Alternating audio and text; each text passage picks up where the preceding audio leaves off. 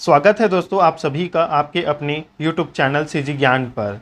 दोस्तों आज के इस वीडियो में हम इम्पॉर्टेंट टॉपिक्स देखेंगे जो कि हिंदी का होगा, जिसमें हम आपका वर्णमाला, संज्ञा, सर्वनाम, काल, विशेषण, पर्यायवाची, विलोम शब्द, जो सभी टॉपिक्स हैं जो Pandit Sundarlal Sharma pre B Ed D Ed के लिए इम्पॉर्टेंट है दोस्तों, उन सभी टॉपिक्स के मुख्य बिंदुओं को जानेंगे।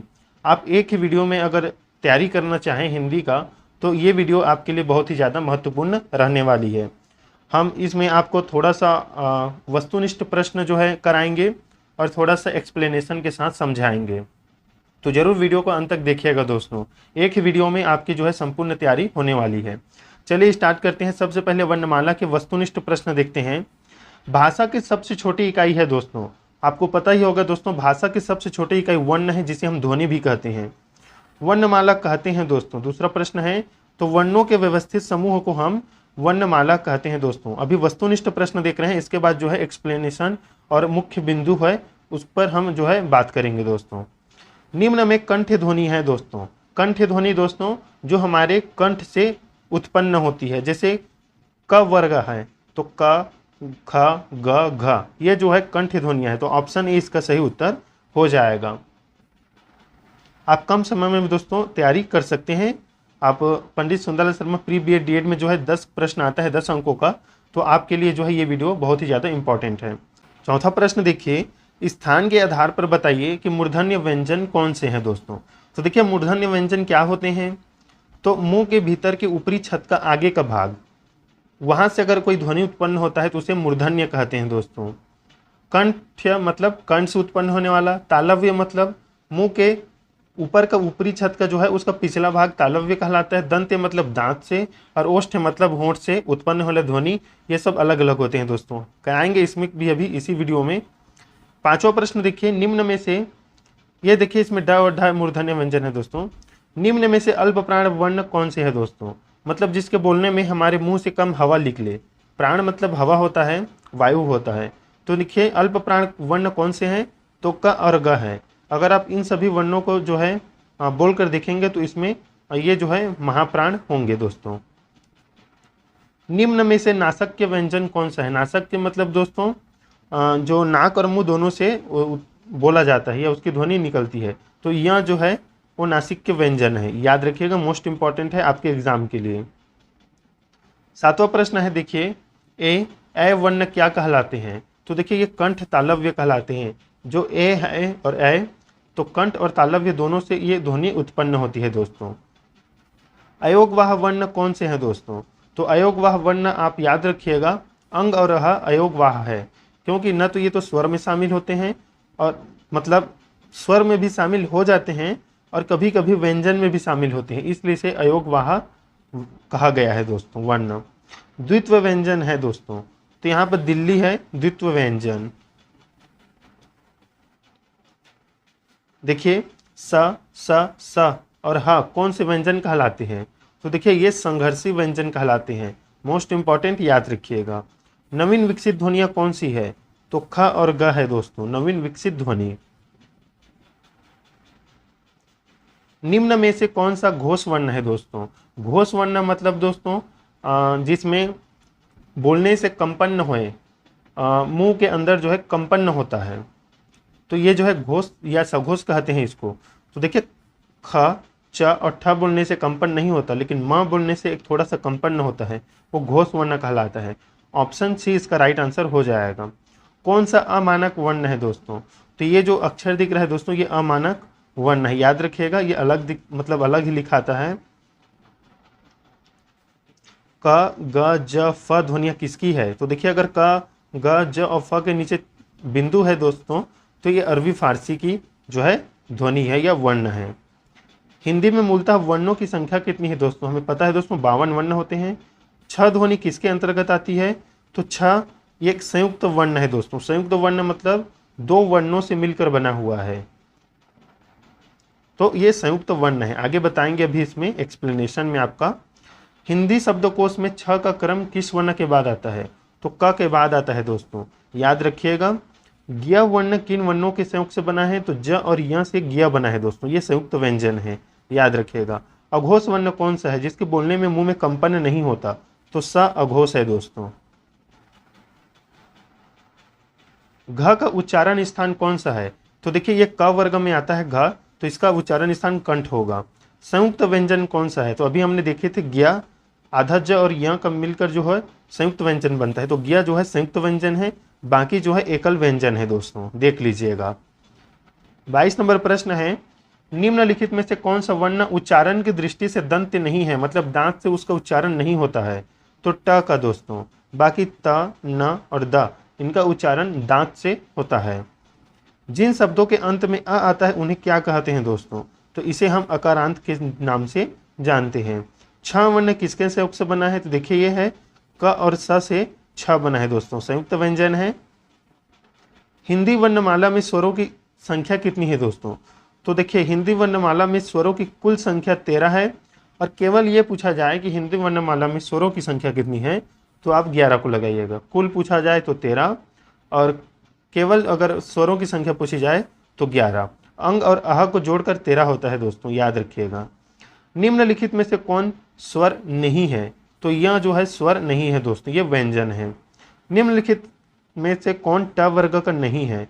तो देखिए घ ये क वर्ग का है, बाकी ठ, ड और ण ये ट वर्ग का वर्ण है दोस्तों। हिंदी वर्णमाला में व्यंजनों की संख्या कितनी है दोस्तों? तो देखिए 33 माना गया है दोस्तों। कभी कभी आपका 35 है, लेकिन आपके एग्जाम में व्यापम द्वारा जो या Pandit Sundarlal Sharma pre B Ed DED है, तो ये जो है 33 को सही लेता है आंसर, तो ऑप्शन सी इसका सही उत्तर हो जाएगा। निम्नलिखित में से कौन सा पश्च स्वर है दोस्तों, जो जिसके उच्चारण पीछे से होता है, जीभ के पिछले वाला भाग से? तो आ से, आ ये है पश्च स्वर है दोस्तों। अग्र स्वर क्या रहेगा, कमेंट में बताइएगा। निम्नलिखित में से कौन अयोगवाह है? तो देखिए अयोगवाह है दोस्तों विसर्ग, जो हमने देखा था ये बिंदु लगे रहता है लास्ट में विसर्ग, ये जो है अयोगवाह है। अंग और आह। छ ध्वनि का उच्चारण स्थान है, तो छ ध्वनि का उच्चारण स्थान तालव्य से होता है दोस्तों। तालव्य मतलब ऊपरी छत का पिछला भाग, मुंह के अंदर का बात है ये। निम्नलिखित में से कौन एक संयुक्त व्यंजन नहीं है? तो देखिए छ, त्र और ज्ञ ये संयुक्त व्यंजन है। संयुक्त व्यंजन की संख्या 4 है दोस्तों, याद रखिएगा। छ, त्र, ज्ञ और क्या है दोस्तों एक स्र। ये जो है स ये संयुक्त व्यंजन नहीं है, ये वाला जो स्र है ये संयुक्त व्यंजन है दोस्तों। तालव्य व्यंजन है, तो देखिए तालव्य व्यंजन च, छ, ज और झ है। य, र, ल, व किस वर्ग के व्यंजन है? तो ये जो है अंतःस्थ व्यंजन कहलाते हैं। ऑप्शन सी इसका सही उत्तर हो जाएगा। अनुनासिक का संबंध होता है दोस्तों, तो अनुनासिक का संबंध नाक और मुंह दोनों से होता है, मोस्ट इंपॉर्टेंट है, याद रखिएगा। अनुनासिक व्यंजन कौन से होते हैं? तो वर्ग के पंचम अक्षर होते हैं। अभी हम एक आपको सारणी दिखाएंगे, उसमें बताएंगे दोस्तों। हिंदी वर्णमाला में स्वरों की संख्या कितनी है? देखिए तो इसमें 11 को लिया गया है, याद रखिए। कंठ ओष्ठ ध्वनि का उदाहरण है, मतलब कंठ से भी निकलता है वो ध्वनि और होंठ से भी। तो और बोलने से हमारे होंठ में परिवर्तन होता है और हमारे कंठ से आवाज होता है, और तो ये कंठोष्ठ एक साथ मतलब इसे बोला जाता है। भाषा निर्माण की इकाइयों का सही अनुक्रम है दोस्तों। तो देखिए भाषा निर्माण इकाइयों का सही अनुक्रम है, सबसे पहले ध्वनि, ध्वनि से शब्द बनता है, शब्द से पद और पद से वाक्य बनता है। तो ऑप्शन डी सही उत्तर हो जाएगा। निम्नांकित उच्चारण स्थान के आधार पर कंठ से लेकर मुख विवरण में उच्चरित व्यंजन ध्वनियों का सही अनुक्रम है। तो देखिए कंठ पहले आएगा, फिर तालव्य, फिर वत्स्य, फिर दंत्य, फिर ओष्ठ्य दोस्तों। ऑप्शन ए इसका सही उत्तर हो जाएगा। 41वां नंबर प्रश्न है, प्रयत्न के आधार पर ल किस प्रकार की ध्वनि है? तो देखिए ल को हम कहते हैं पार्श्विक ध्वनि दोस्तों। तो ऑप्शन ए इसका सही उत्तर हो जाएगा। देखिए वर्णमाला से संबंधित है। भाषा जो है संस्कृत के भाष शब्द से बना है। भाष का अर्थ बोलना होता है। भाषा की सार्थक इकाई वाक्य कहलाती है दोस्तों। वाक्य से छोटी इकाई उपवाक्य, उपवाक्य से छोटी इकाई पदबंध और पदबंध से छोटी इकाई पद या शब्द कहलाती है। पद से छोटी इकाई अक्षर और अक्षर की सबसे छोटी इकाई ध्वनि या वर्ण कहलाती है दोस्तों। आप इस क्रम को याद रखिएगा। सबसे छोटी इकाई है वर्ण या ध्वनि दोस्तों। वर्ण और ध्वनि मिलकर जो है अक्षर बनते हैं, अक्षर जो है मिलकर क्या बनते हैं, शब्द, शब्द जो है मिलकर पदबंध बनते हैं, पदबंध से उपवाक्य और उपवाक्य से मिलकर वाक्य बनता है और वाक्य से एक भाषा की जो है पूरा रचना हो जाता है दोस्तों, इसे याद रखिएगा। वर्ण, देखिए भाषा की सबसे छोटी इकाई ध्वनि है या वर्ण है, हम इसे इस ध्वनि को वर्ण ही कहते हैं दोस्तों, और वर्णों के व्यवस्थित समूह को हम वर्णमाला के नाम से जानते हैं। देखिए मोस्ट इंपॉर्टेंट है, आपके एग्जाम में पूछा जा सकता है ये। मूलतः हिंदी में उच्चारण के आधार पर 45 वर्ण एवं लेखन के आधार पर 52 वर्ण हैं दोस्तों।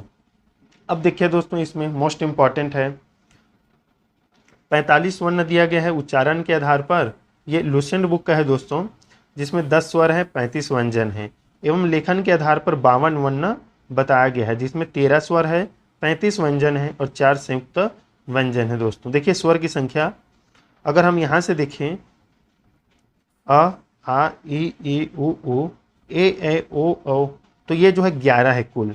अगर हम इन री, अंग और अह को जोड़ देते हैं दोस्तों, सॉरी अंग और अह को, तो ये जो है 13 हो जाते हैं, इतने करके 11 हैं और इन दोनों को और जोड़ देते हैं तो 13 हो जाता है दोस्तों, याद रखिएगा।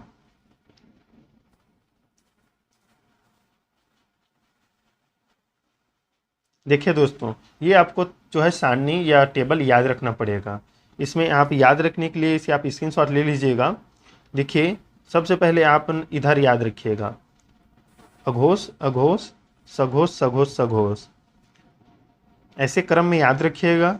2 बार अघोष के बाद 3 बार सघोष है, फिर अल्पप्राण महाप्राण, अल्पप्राण महाप्राण, फिर अल्पप्राण नासक्य। तो ये देखिए वर्ग के पंचम अक्षर है, अभी हमने वस्तुनिष्ठ में देखे थे, वर्ग के जो पंचम अक्षर होते हैं वो नासिक के होते हैं दोस्तों, मुंह और नाक से बोले जाने वाले वर्ण ड, य, ड, तो ये इनका जो है उच्चारण स्थान जो है नासक्य होता है, तो आपको इसे भी याद रखना है। देखिए कंठ ध्वनि कौन कौन से हैं जो कंठ से उत्पन्न होता है, तो क वर्ग दोस्तों, क, ख, ग, घ, ड़। अब यहीं पर आप ध्यान से देखिए, जो क है वो कौन सा वर्ण है, अघोष अल्प प्राण है। अल्प प्राण मतलब बोलने से कम मुंह से हवा निकलती है, और अघोष है मतलब कंपन नहीं होता है। उसी प्रकार ख, छ है, इधर ऐसे आपको याद करते जाना है। अगर आप ये टेबल याद कर लेंगे दोस्तों, तो आप आराम से जो है पेपर में कोई भी पूछा जाएगा कि अघोष है कि सघोष है, महाप्राण है कि अल्प प्राण है, तो आप याद कर पाएंगे। तो आपको ये सारणी जो है पहले यहाँ से स्क्रीनशॉट लीजिए इसका, और उसके बाद यहाँ से स्क्रीनशॉट लीजिए, आपके लिए मोस्ट इंपॉर्टेंट है दोस्तों। देखिए मूर्धन्य भी है, तालव्य भी है, तो आप इसे याद कर लीजिएगा, आपके एग्जाम में यहाँ से एक प्रश्न आएगा। चलिए थोड़ा सा और बता देते हैं इसमें, जैसे आपका ऊष्म संघर्षी ध्वनि क्या है, तो स, स, ह है दोस्तों, ऊष्म संघर्षी ध्वनि। अगर हम बात करें स्पर्श व्यंजन की संख्या की दोस्तों, स्पर्श व्यंजन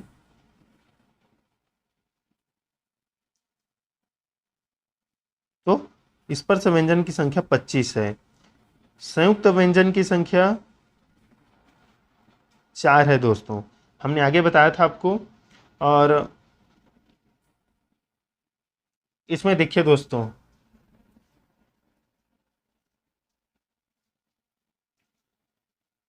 द्विगुण व्यंजन, द्विगुण व्यंजन की संख्या 2 है। कौन कौन से, ड और ढ। द्विगुण व्यंजन याद रखिएगा, इंपॉर्टेंट है, आपके एग्जाम में देखने को मिल सकता है। द्विगुण व्यंजन ड और ढ। आगत व्यंजन की भी संख्या 2 है दोस्तों।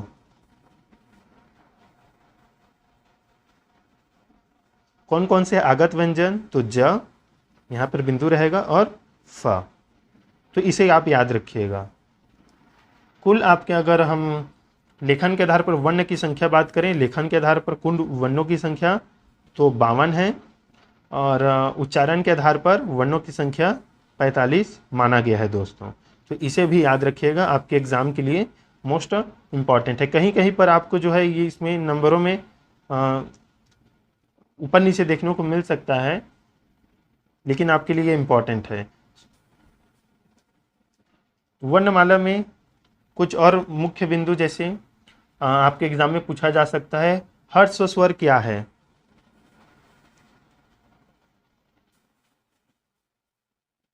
सॉरी, ह्रस्व स्वर दोस्तों।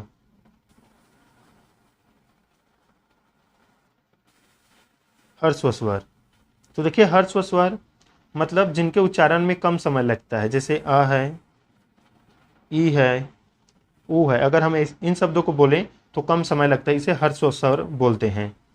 दीर्घ स्वर जिनके उच्चारण में हमें ज़्यादा समय लगता है, दीर्घ स्वर बोला जाता है, जैसे आ है, बड़ी ऊ है, ओ है दोस्तों। इसी में अगर बात करें तो औ है। ये जो है जिनके उच्चारण में अधिक समय लगता है वो दीर्घ स्वर कहलाता है। प्लुत स्वर दोस्तों, ये एग्जाम में आपका देखने को मिलता है, प्लुत स्वर। अब प्लुत स्वर क्या होते हैं?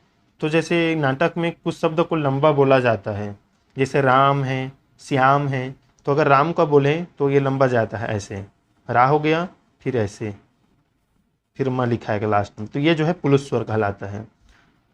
तो आप इसे याद रखिएगा। अब देखिए अग्रस्वर। अग्रस्वर क्या है? तो जिन स्वरों के उच्चारण में जीभ का आगे का भाग काम आता है, जैसे ई, बड़ी ई, ए, ये अग्रस्वर हैं दोस्तों, इसे याद रखिएगा। मध्य स्वर जीभ के मध्य भाग से उच्चारित होता है, तो अ, केवल अ जो है ये मध्य स्वर कहलाता है। पश्च स्वर, तो पश्च स्वर मतलब पीछे वाला स्वर, तो आ, उ, बड़ी ऊ, ओ, ये पीछे वाले स्वर हैं जो जीभ के पीछे के भाग से उच्चारित होते हैं।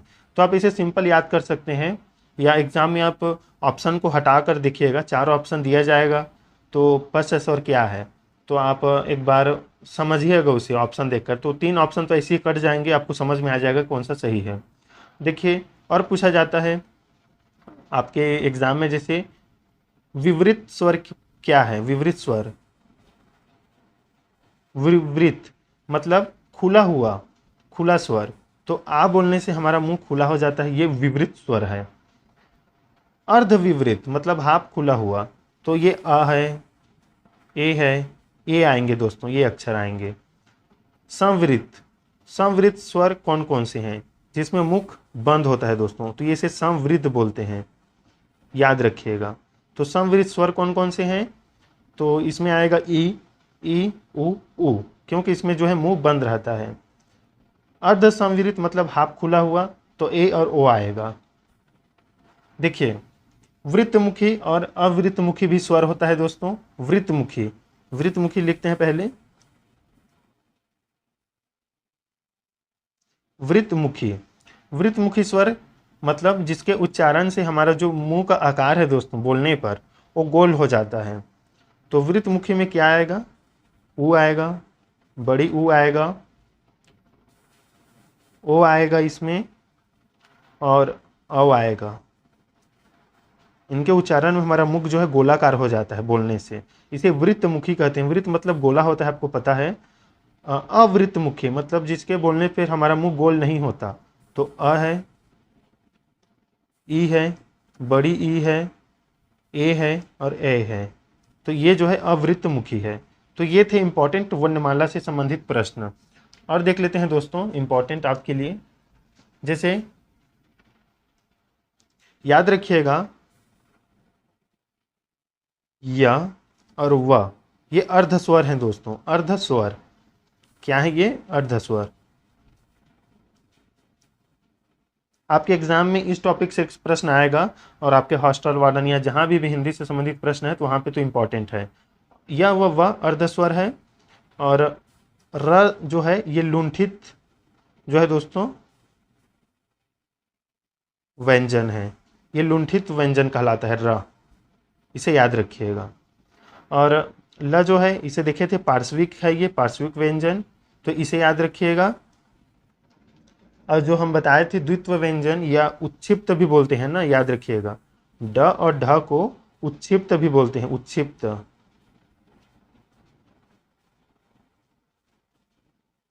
इसे उच्छिप्त व्यंजन भी बोलते हैं। ड और ढ को 2 संख्या होती है। आगत व्यंजन बताए थे ज और फ, इसे भी याद रखिएगा, ये एग्जाम में आपका पूछा जाता है।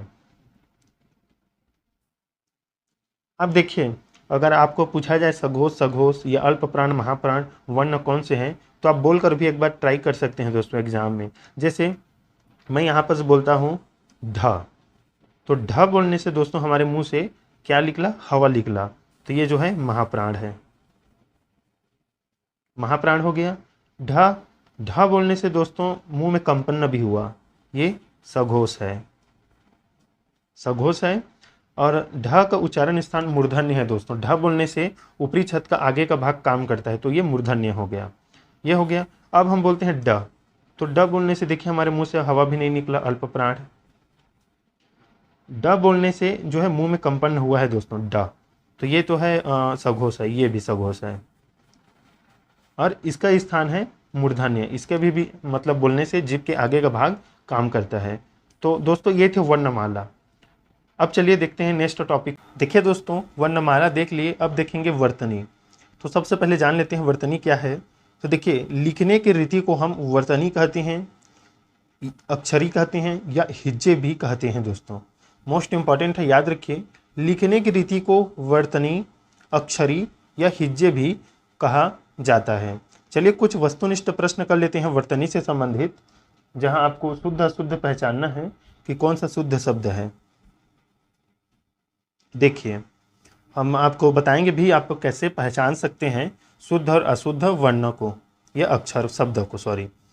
प्रश्न पहला देखिए, शुद्ध वर्तनी का चयन कीजिए। तो देखिए शुद्ध वर्तनी का चयन कीजिए दोस्तों, तो इसमें शुद्ध वर्तनी है ऑप्शन डी, ये वाला उन्नति दोस्तों। याद रखिएगा ज़्यादातर जो आधा न है या कोई भी आधा शब्द जो है प्रयोग होता है, उसके बाद जो लास्ट में ये मात्रा रहता है दोस्तों वो छोटा ई का रहता है, तो आप इस प्रकार से इसे पहचान सकते हैं। तो ऑप्शन डी इसका सही उत्तर हो जाएगा।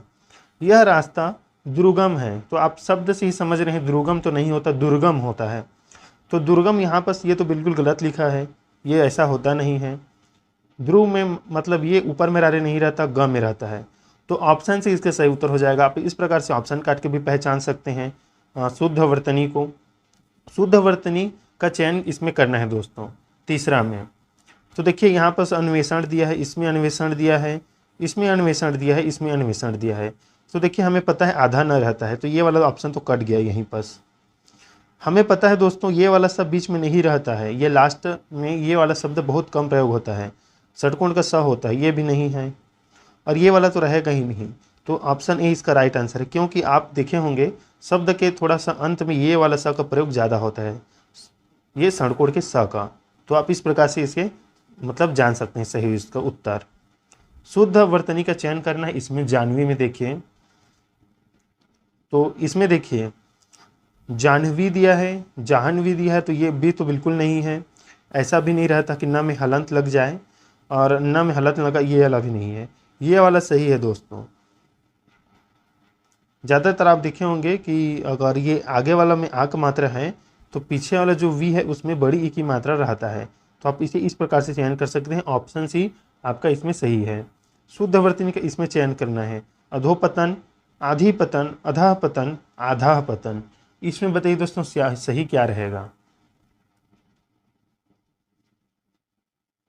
तो देखिए यहाँ पर आपको जो है विसर्ग संधि आपको दिया गया है, तो आधी पतन तो नहीं होता है, आधा पतन भी नहीं होता है, अधा पतन होता है दोस्तों। तो ऑप्शन सी यहाँ पर सही हो जाएगा। अधोपतन नहीं होता है, अधा पतन होता है, जिसे ही हम अधोपतन पढ़ते हैं, इसमें विसर्ग लगता है। शुद्ध वर्तनी का चयन करना है, सृष्टि नहीं होता है, हमें पता है। ये वाला सृष्टि रहेगा कि नहीं बताइए, ये वाला सृष्टि तो ये भी नहीं रहेगा, क्योंकि तो हम पहले से इसे सिर्फ पढ़ते हैं, तो इसमें नीचे में ये वाला जो है मात्रा देने की जरूरत नहीं है, और ये वाला तो बिल्कुल गलत लिखा है। तो ये वाला सृष्टि हमें पता है दोस्तों, ऑप्शन से इसका सही उत्तर हो जाएगा।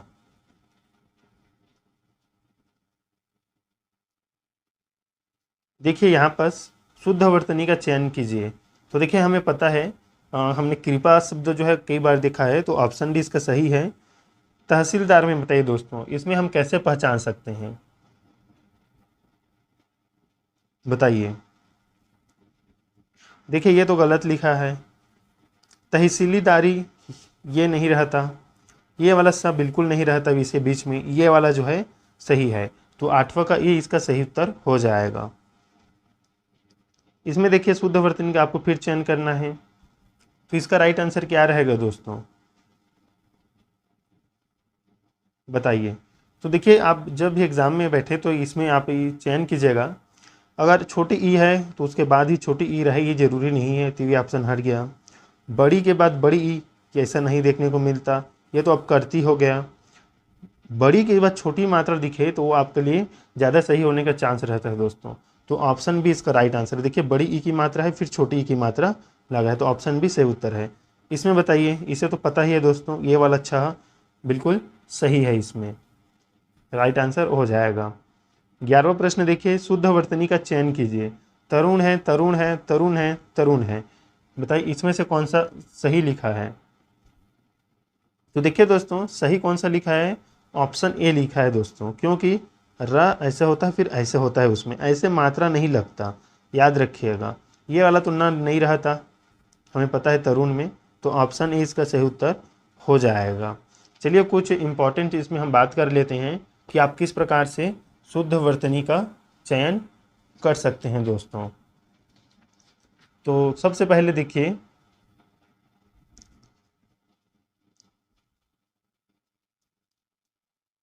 जैसे कुछ शब्द है आपको बता देता हूँ समझाने के लिए। जैसे यहाँ पर हम लिखते हैं दोस्तों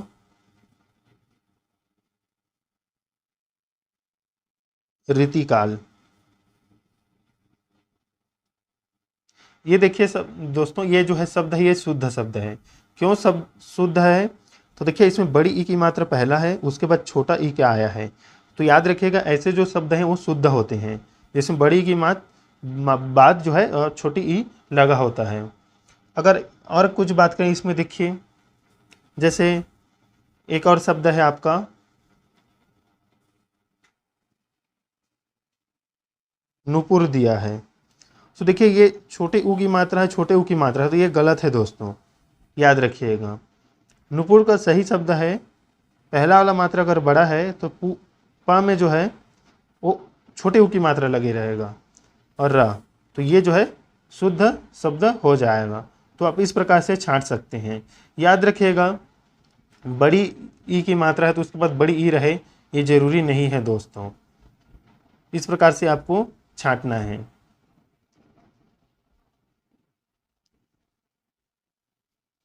जैसे हम लिखते हैं आपको दीपिका, अब यहाँ पर लिखते हैं दीपिका, कौन सा सही है दोस्तों कमेंट में बताइएगा, ये पहला वाला कि दूसरा वाला दीपिका। ये आप आसानी से आप इसे छांट सकते हैं एग्ज़ाम में भी। आपको बस मात्रा को देखना है दोस्तों, क्योंकि दो मात्राएं एक साथ बड़ी या छोटी नहीं हो सकती। और याद रखिएगा अधिकतर शब्द में आपका जो स होगा लास्ट में, वो आपको ये वाला स देखने को मिलेगा, बहुत कम जो है ये वाला स आपको एग्ज़ाम में देखने को मिलेगा किसी भी शब्द के अंत में। तो ये वाला जो शब्द रहेगा, इसके जो शब्द रहेंगे मतलब वो सही रहेंगे। तो ये हो गया दोस्तों वर्तनी, आप आसानी से इसे छांट लेंगे। देखिए दोस्तों हमारा नेक्स्ट टॉपिक है संधि। तो संधि किसे कहते हैं, दो समीपवर्ती वर्णों के मेल से जो विकार या परिवर्तन होता है उसे हम संधि कहते हैं दोस्तों। संधि में पहले शब्द के अंतिम वर्ण एवं दूसरे शब्द के आदि वर्ण का मेल होता है। मतलब पहला शब्द अगर देव है तो देव का जो है अंतिम शब्द, और दूसरा शब्द का आदि शब्द पहला शब्द आ का मेल होता है, तो वह और आ मिलकर क्या हो गया, वाह हो गया दोस्तों। तो इस प्रकार से ये संधि होता है। तो देखिए देव प्लस आलय देवाला है, ये जो है आपके स्वर संधि के आ गया। जगत प्लस नाथ जगन्नाथ, व्यंजन संधि मनः प्लस योग मनोयोग, विसर्ग संधि। जहाँ पर आपको ये बिंदु दिखे तो आप समझ जाइएगा ये विसर्ग संधि है, हलंत दिखे तो व्यंजन संधि है, और सिंपल है दोस्तों तो स्वर संधि के अंतर्गत आएगा। आप इसे इस प्रकार से छांट सकते हैं। देखिए संधि के भेद अगर आपको सिंपल पूछा जाए तो संधि के 3 भेद होते हैं, कौन कौन से, स्वर संधि, व्यंजन संधि और विसर्ग संधि दोस्तों। सबसे पहले अब हम बता देते हैं आपको, इसमें जो है मुख्य आपका एग्जाम में पूछा जाता है।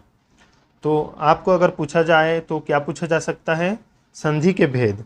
तो हमने संधि के भेद कितने देखे, तो संधि कितने प्रकार होते हैं? 3 होते हैं दोस्तों। अभी देखें, स्वर संधि, व्यंजन संधि और विसर्ग संधि।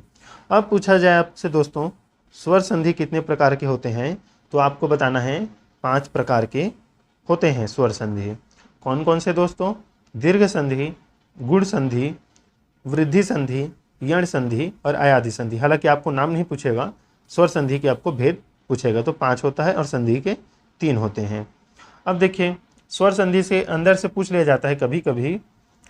दीर्घ संधि मतलब आपको पहचानना है, कोई शब्द दे दिया जाएगा कौन सी संधि है, तो ऑप्शन में अगर आपको स्वर संधि के प्रकार के अंतर्गत पूछा जाएगा ऑप्शन में दीर्घ संधि है कि अयादि है कि वृद्धि है कि यण है, तो आपको कुछ नियम याद रखने होंगे। जैसे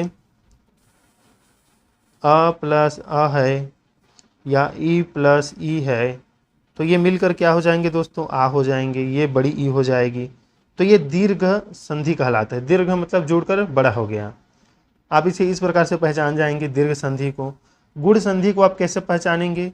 जो शब्द जुड़कर बनेगा ना, उसमें ए लगेगा, ओ लगेगा और अर लगेगा, तो आप समझ जाइए ये गुण संधि है। जैसे एग्जाम्पल के लिए सुरेंद्र, तो ए आया शब्द के उच्चारण में, सुरेंद्र ए। और क्या आ जाएगा दोस्तों? परोपकार, तो ओ आया। और अर महर्षि, महर, तो अर आया। तो गुण संधि दोस्तों, इसे आप याद रखने का ट्रिक है आप सिंपल एग्जाम के लिए।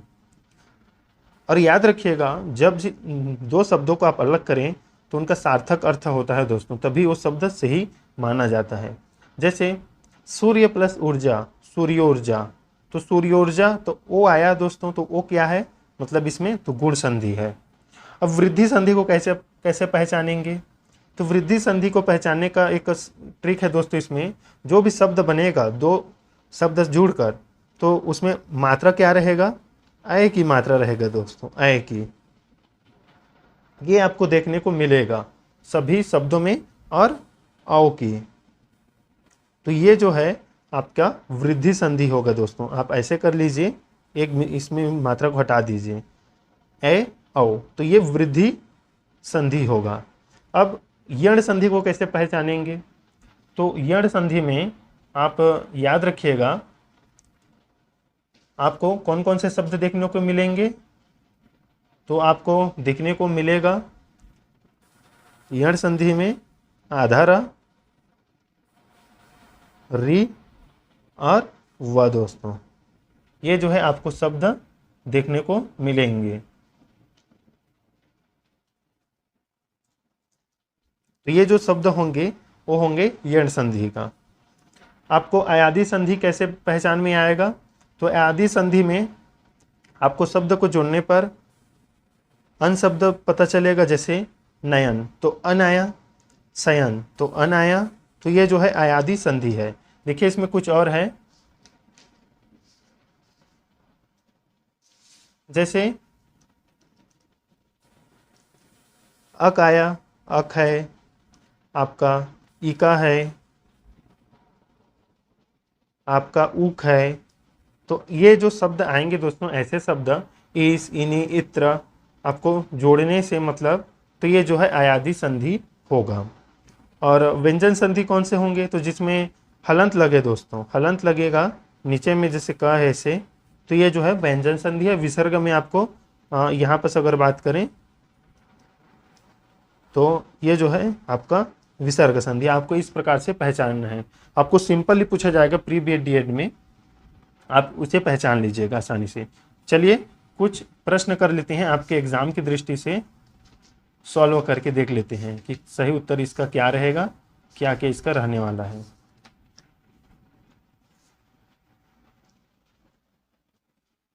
तो देखिए, दो वर्णों के मेल से होने वाले विकार को हम क्या कहते हैं दोस्तों? तो उसे हम संधि कहते हैं। संधि कितने प्रकार के होते हैं? तो हमें पता है 3 प्रकार के होते हैं। दयानंद में प्रयुक्त संधि का नाम बताइए दोस्तों। तो देखिए दीर्घ संधि होगा। क्यों होगा? तो दया, तो इसमें दया पद रहेगा और अंध रहेगा या नंद रहेगा, दया प्लस नंद, अ प्लस आ इसमें मिलेगा दोस्तों, तो ये दीर्घ संधि हो जाएगा।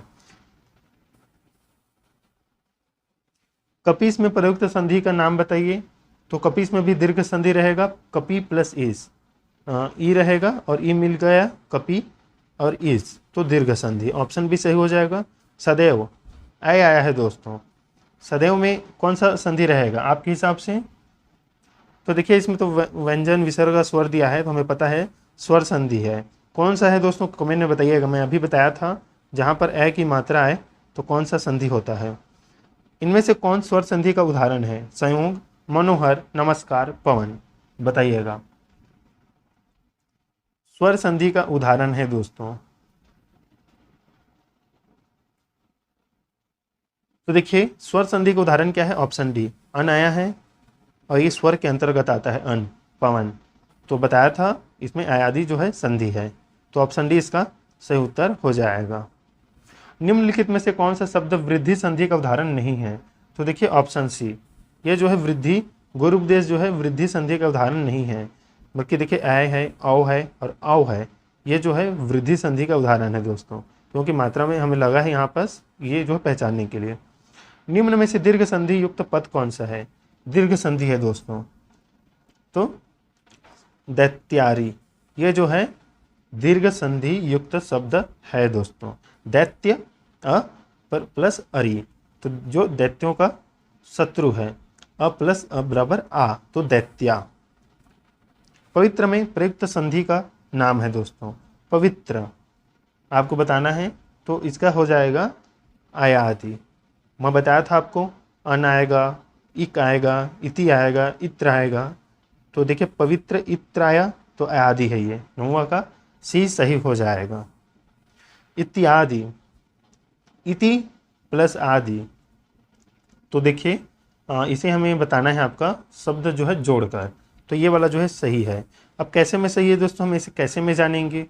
तो देखिए इत ऐसे जो है शब्द यादि, इसका कोई अर्थ नहीं होता, इसका भी कोई अर्थ नहीं होता, ये वाला इत का कोई अर्थ नहीं होता।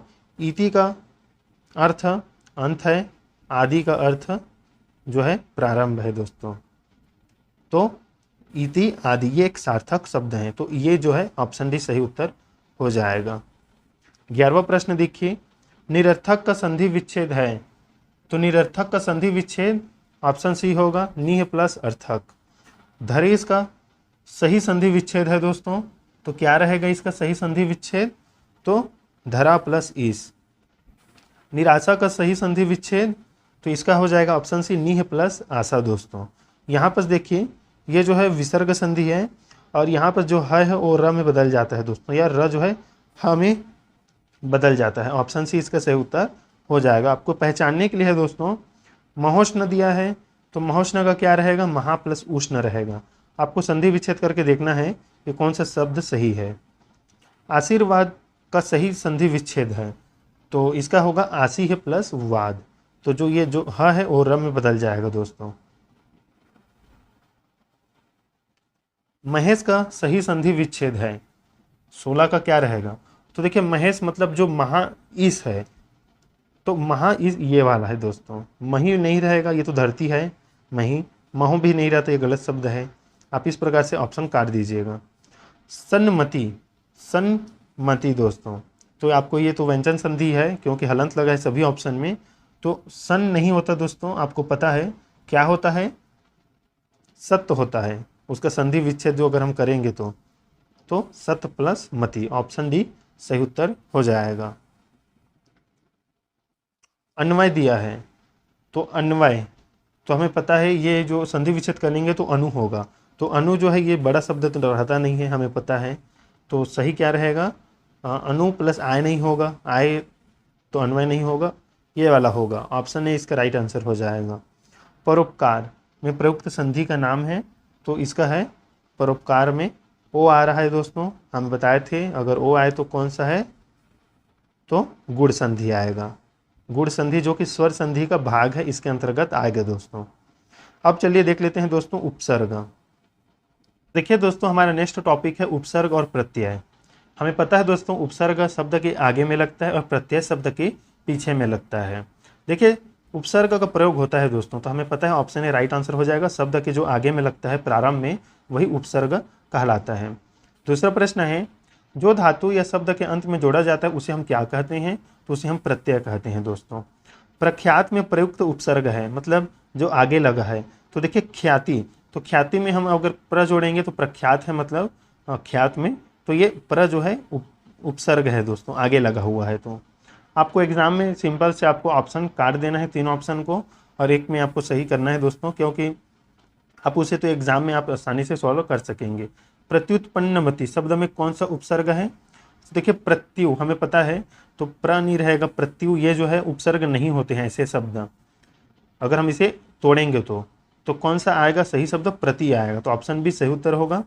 गमन शब्द को विपरीतार्थक बनाने के लिए आप किस उपसर्ग का प्रयोग करेंगे, तो गमन मतलब जाना दोस्तों, और आगमन मतलब आना, तो हम आ जोड़ेंगे दोस्तों, उपसर्ग आ। निर्वासित में प्रत्यय है, मतलब पीछे जो लगा है, इक लगा है क्या, एक तो नहीं है दोस्तों, कहीं पर दिखाइए, तो नित उपसर्ग हो गया। सित, सित जैसे शब्द कोई होता ही नहीं है। इत, ये सही है दोस्तों, ऑप्शन डी इसका सही उत्तर हो जाएगा, प्रत्यय जो पीछे लगता है। आपको एग्जाम में ऑप्शन काटना है और आपको सिंपल ही पूछा जाएगा आपके pre B Ed D Ed में। लेखक शब्द के अंत में कौन सा प्रत्यय लगा हुआ है दोस्तों, क्या क लगा है, क एक शब्द है दोस्तों, तो देखिए ये ऐसे नहीं होता दोस्तों, ये गलत है। एक नहीं है, आक नहीं है, अक है, अक लगा है दोस्तों यहाँ पर देखिए। आप अगर संधि विच्छेद करेंगे लेखक का, तो लेख प्लस क्या करेंगे, अक ही करेंगे, तो ऑप्शन डी सही उत्तर हो जाएगा। अनुज का स्त्रीवाचक बनाने के लिए आप किस प्रत्यय का प्रयोग करेंगे दोस्तों, जो पीछे लगता है, तो हमें पता है अनुज का हम अगर स्त्रीवाचक बनाना है तो क्या करना पड़ेगा, अनुजा, तो आ की मात्रा लगाना पड़ेगा पीछे में, तो ऑप्शन सी सही उत्तर हो जाएगा। सुत मतलब पुत्र, सुता मतलब पुत्री, तो आ यहाँ पे भी लगा देंगे हम, देख लीजिएगा। तो इस प्रकार से हम जो है उपसर्ग और प्रत्यय को आसानी से पहचान सकते हैं और बना सकते हैं। स्पृश्य, तो स्पृश्य शब्द को विलोम शब्द बनाने के लिए हमें किस उपसर्ग का प्रयोग करेंगे दोस्तों, बताइए। तो स्पृश्य मतलब जिसे छुआ जा सके, और अस्पृश्य मतलब जिसे छुआ नहीं जा सके।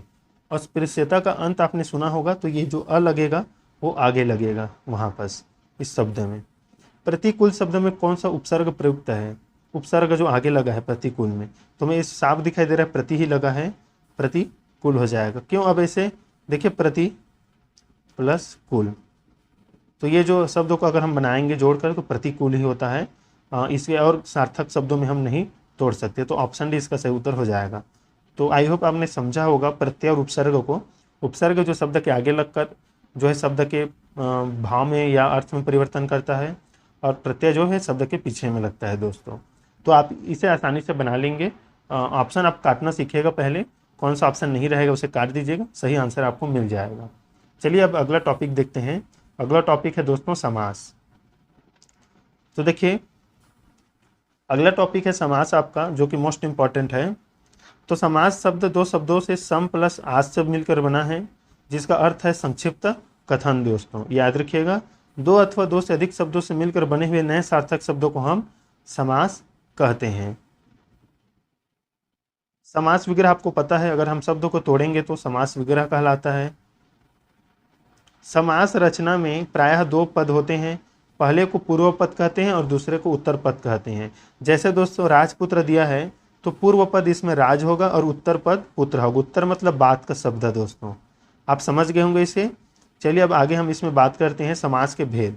आपके एग्जाम में पूछा जाता है समास के कितने भेद होते हैं, तो याद रखिएगा समास के 6 भेद होते हैं। कौन कौन से देख लीजिएगा, अव्ययीभाव समास, तत्पुरुष समास, कर्मधारय समास, द्विगु समास, द्वंद्व समास और बहुव्रीहि समास। आपको ये पता ही होगा, बहुत बार आपने पढ़ा है। तो आप देखिए इसमें पूछा जाता है एग्जाम में कौन से मतलब पद की प्रधानता है, तो पूर्व पद की प्रधानता किसमें रहती है, अव्ययीभाव समास में रहती है। उत्तर पद प्रधान किसमें होता है दोस्तों, तो तत्पुरुष, कर्मधारय, द्विगु। दोनों पद प्रधान किसमें होते हैं, तो द्वंद्व में होते हैं। दोनों पद अप्रधान किसमें होते हैं, तो बहुव्रीहि में होते हैं। समझ लेते हैं कैसे में। पूर्व पद प्रधान होते हैं दोस्तों इसमें, कैसे में, जैसे प्रति दिया है प्लस दिन दिया है, तो क्या हो जाता है प्रत्येक दिन, तो ये प्रति जो है ये पूर्व पद प्रधान होता है, इसमें ये जो है शब्द प्रधान होता है। उत्तर पद प्रधान होता है, जैसे तत्पुरुष है, कर्मधारय है, द्विगु है, तो द्विगु में बाद के जो पद है वो प्रधान होते हैं। अब द्विगु कैसा, तो चौराहा, तो चार रास्तों का समूह, तो जो रास्ता शब्द है चौराहा में राहा वो उत्तर पद है और वही उसमें प्रधान होगा। तो इस प्रकार से आप इसे याद रखेंगे। दोनों पद प्रधान होते हैं द्वंद्व में, जैसे मैं यहाँ पर लिख देता हूँ दोस्तों, सुख और दुख। तो देखिए द्वंद्व समास में याद रखिएगा, हमेशा जो है द्वंद्व समास में बीच में योजक चिन्ह लगता है, ये वाला योजक चिन्ह। तो देखिए इसमें सुख जो शब्द है ये भी प्रधान है और दुख भी प्रधान है, क्योंकि इसका एक सही अर्थ निकलता है। तो दोनों पद प्रधान द्वंद्व में होते हैं। दोनों पद अप्रधान किस में होते हैं, तो बहुब्रीहि में होते हैं। इसमें कोई तीसरा ही अर्थ प्रधान होता है, जैसे पीताम्बर बोलने से पीला वस्त्र है जिसका, तो भगवान विष्णु। तो पीत मतलब पीला और अंबर मतलब वस्त्र। तो ये दोनों जो शब्द हैं दोस्तों, ये जो है अप्रधान है, क्योंकि इसमें तीसरा अर्थ निकल रहा है विष्णु, तो वो जो है प्रधान होता है। तो दोनों पद अप्रधान है, पूर्व पद और उत्तर पद। तो आप इसे समझ गए होंगे। चलिए कुछ प्रश्न इसमें हम आपके लिए जो है सॉल्व करते हैं दोस्तों। देखिए दिया है, दो अथवा दो से अधिक शब्दों से मिलकर बने हुए नए सार्थक शब्द को क्या कहते हैं। तो देखिए उसे हम कहते हैं दोस्तों समास। समास का शाब्दिक अर्थ होता है दोस्तों, तो देखिए समास का शाब्दिक अर्थ होता है संक्षेप में बात कहना। ऑप्शन ए राइट आंसर हो जाएगा। निम्न में से कौन सा पद अव्ययी भाव समास है, तो हमें पता है कौन सा है, प्रतिदिन है।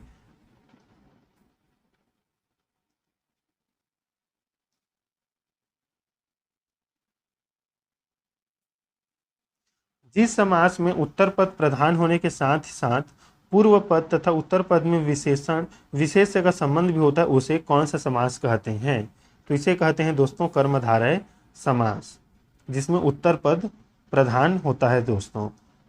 हमें पता है उत्तर पद कर्मधारय समास में, तत्पुरुष समास में और द्विगु समास में होता है। निम्नलिखित में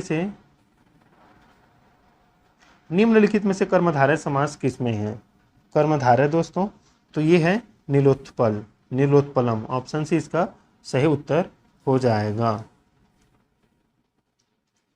तो देखिए अगर इसमें हम बात कर लेते हैं थोड़ा सा आपके एग्ज़ाम के लिए कि कैसे आपका जो है प्रश्न आता है दोस्तों। इसमें थोड़ा सा इसमें इम्पॉर्टेंट बात है जिसे हम डिस्कस करते हैं। जैसे समाज के हमने भेद देखे 6, जिसमें अव्ययी भाव समाज है। तो अव्ययी भाव समाज में जो है पूर्व पद प्रधान होता है। जैसे प्रतिदिन है तो प्रति इसमें जो है प्रधान है, आजन्म में आ है। तो देखिए तत्पुरुष समास के कितने भेद हैं आपके एग्जाम में पूछा जा सकता है। तो कितने भेद हैं दोस्तों कुल, तो तत्पुरुष समास के भी 6 भेद हैं दोस्तों। 6 भेद हैं तत्पुरुष समास के। 6 भेद कौन कौन से, तो कर्म, करण, संप्रदान, अपादान, अधिकरण और क्या है संबंध। तो इसे याद रखिएगा। हमने पहले भी वीडियो में बहुत सारे कराए हैं। जैसे इसमें कुछ इम्पॉर्टेंट बात है, आप इसे याद रखिएगा। इसमें कारक चिन्ह होता है दोस्तों, कारक चिन्ह। जैसे अपादान है तो अपादान में जो है अलग होने का भाव प्रकट होता है अपादान समास में। ये अपादान जो है तत्पुरुष समास से, याद रखिएगा क्योंकि तत्पुरुष समास का ये प्रकार है। धन से हीन दोस्तों, मतलब धन उसके पास नहीं है। पथ से भ्रष्ट, रास्ता से भटका हुआ है। देश से निकाला, देश से निकाला हुआ है। तो इसमें अलग होने का भाव जहाँ प्रकट हो वो अपादान तत्पुरुष समास होता है। तो एक इसमें है जैसे कर्म को शब्द लुप्त हो जाएगा। करण से के द्वारा, तो से के द्वारा लुप्त हो जाएगा। संप्रदान के लिए, तो के लिए लुप्त हो जाएगा। अपादान से, तो इसमें जो से कारक है वो लुप्त हो जाएगा। उसी प्रकार से और क्या क्या है, संबंध तत्पुरुष, तो संबंध में का, के, की, रा, रे, री, ये जो कारक चिन्ह है वो लुप्त हो जाएगा। अधिकरण में पर, तो ये जो है शब्द लुप्त हो जाएगा। तो आपको लुप्त करना है दोस्तों। कर्मधारय समास क्या है दोस्तों, हमने तत्पुरुष देख लिया, हमने अव्ययी भाव देख लिया, तत्पुरुष देख लिया, अब कर्मधारय समास। तीसरा है तो कर्मधारय में आपका जो है इसका गुण का पता चलता है, जैसे कमल के समान चरण, तो जो चरण है वो किसके समान है, कमल के समान है। चंद्र के समान मुख, मुख चंद्रमा के समान है, तो ये कर्मधारय समास है। द्विगु समास जहाँ आपका संख्या का बोध होता है, जैसे 7 सिंधुओं का समूह सप्त सिंधु, 2 पहरों का समूह दोपहर, 3 लोकों का समाहार त्रिलोक, 4 राहों का समूह चौराहा, 9 रात्रियों का समूह नवरात्र, 5 मणियों का समूह पंचमणि, 7 ऋषियों का समूह सप्तऋषि। तो जहाँ आपको संख्या का बोध हो वो द्विगु समास है दोस्तों, जिसमें समूह का बोध भी हो ना, संख्या के साथ समूह का। द्वंद्व समास जहाँ पर आपको योजक चिन्ह दिखे, जैसे मैंने सुख और दुख का बताया, बीच में योजक चिन्ह ऐसे लगता है, आप उसको देख लीजिएगा, आप जान जाइएगा ये द्वंद्व समास है। बहुब्रीहि समास, बहुब्रीहि समास जिसमें तीसरा अर्थ का बोध होता है, जैसे लंबोदर, लंबा है उदर जिसका, मतलब जिसका पेट लंबा है, बड़ा है, भगवान गणेश, ये जो है बहुब्रीहि समास। आपका क्या रहेगा एक और, अगर बोलेंगे तो चंद्रमौली, चंद्रमौली क्या है, तो ये भी बहुब्रीहि समास है। कैसे, चंद्र है जिसके मस्तक पर, तो भगवान शिव, तो ये बहुब्रीहि समास। मृगेंद्र, तो मृगेंद्र मतलब मृगों का इंद्र, हिरण का राजा, तो हिरण का राजा किसे कहते हैं, शेर को, तो बहुब्रीहि समास तीसरा अर्थ को बताता है। तो ये हो गया दोस्तों आपका समास। तो देखिए दोस्तों हमारा अगला टॉपिक है शब्द भेद। तो देखिए शब्दों के वर्गीकरण के 4 आधार हैं। तो हमारे जो शब्द भेद हैं उसे 4 प्रकार से वर्गीकृत किया जा सकता है।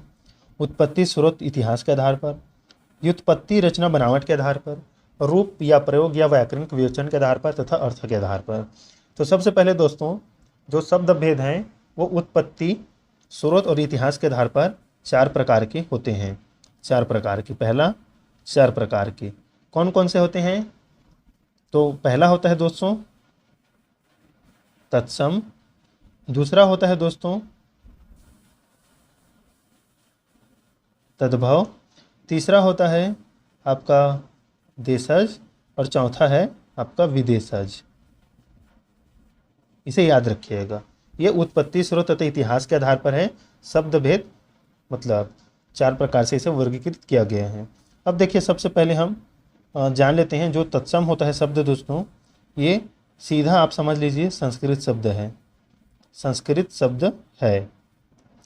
तत्सम जो है संस्कृत शब्द है, आप इसे ऑप्शन में पहचानिएगा। आपको तत्सम शब्द पहचानने के लिए बोला जाए तो आप सीधा संस्कृत शब्द ढूंढिएगा। तद्भव, तद्भव आपके लिए क्या है, तो ये जो है दोस्तों हिंदी है दोस्तों, इसे आप पहचान लीजिएगा, तद्भव मतलब हिंदी। देशज दोस्तों जो देश में जन्मा है, क्षेत्रीय प्रभाव के कारण लेकिन ये प्रचलित हो जाते हैं, जैसे गड़बड़ है, थैला है, लोटा है, पगड़ी है, पेट है, टांग है, ये जो है देसी शब्द हैं। तो आपको ऐसे शब्दों को थोड़ा सा याद करना पड़ेगा। ये हो गया विदेशज शब्द दोस्तों।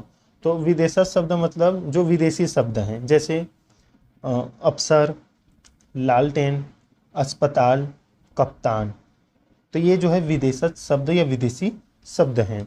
आपके एग्ज़ाम में पूछा जाएगा, जैसे आदमी कौन सा शब्द है, तो आदमी जो है विदेशी शब्द है। औरत कौन सा शब्द है, तो विदेशी शब्द है। जिंदगी कौन सा शब्द है, तो ये विदेशी शब्द है। कैंची कौन सा शब्द है, तो विदेशी शब्द है। और कौन सी भाषा का है कैंची, तो तुर्की भाषा का है। तो आपके एग्ज़ाम में आपको मतलब बहुत सारे ऐसे शब्दों को याद करना पड़ेगा, क्योंकि याद इसे आपको करना खुद से पड़ेगा जो शब्द भेद हैं उसमें। तो आप उत्पत्ति, स्रोत, इतिहास के आधार पर कितने प्रकार, 4 प्रकार। कौन कौन से, तत्सम, तद्भव, देशज और विदेशज। आपके एग्ज़ाम में यहाँ से इजी प्रश्न ही पूछा जाएगा। अब देखिए दोस्तों एक और शब्द इसमें आता है, आपके पूछा जा सकता है, जैसे संकर होता है, संकर शब्द। संकर शब्द, तो ये संकर शब्द कैसे, मतलब इसमें से एक शब्द विदेशी होता है और एक शब्द जो है मतलब अपने ही देश का होता है, या हिंदी शब्द है। जैसे मान लीजिए तो रेलगाड़ी है, तो इसमें जो रेल है ये अंग्रेजी है और गाड़ी जो है ये देसी है या अपना हिंदी है, तो रेलगाड़ी बन गया मिलकर। तो ये संकर शब्द कहलाते हैं, आपको ऐसे पहचानना है। व्युत्पत्ति, रचना तथा बनावट के आधार पर दोस्तों तीन प्रकार के होते हैं, आपके एग्जाम में पूछा जाता है। कौन कौन से? पहला है दोस्तों रूढ़, रूढ़। दूसरा है दोस्तों यौगिक। तीसरा है आपका योग ऋण।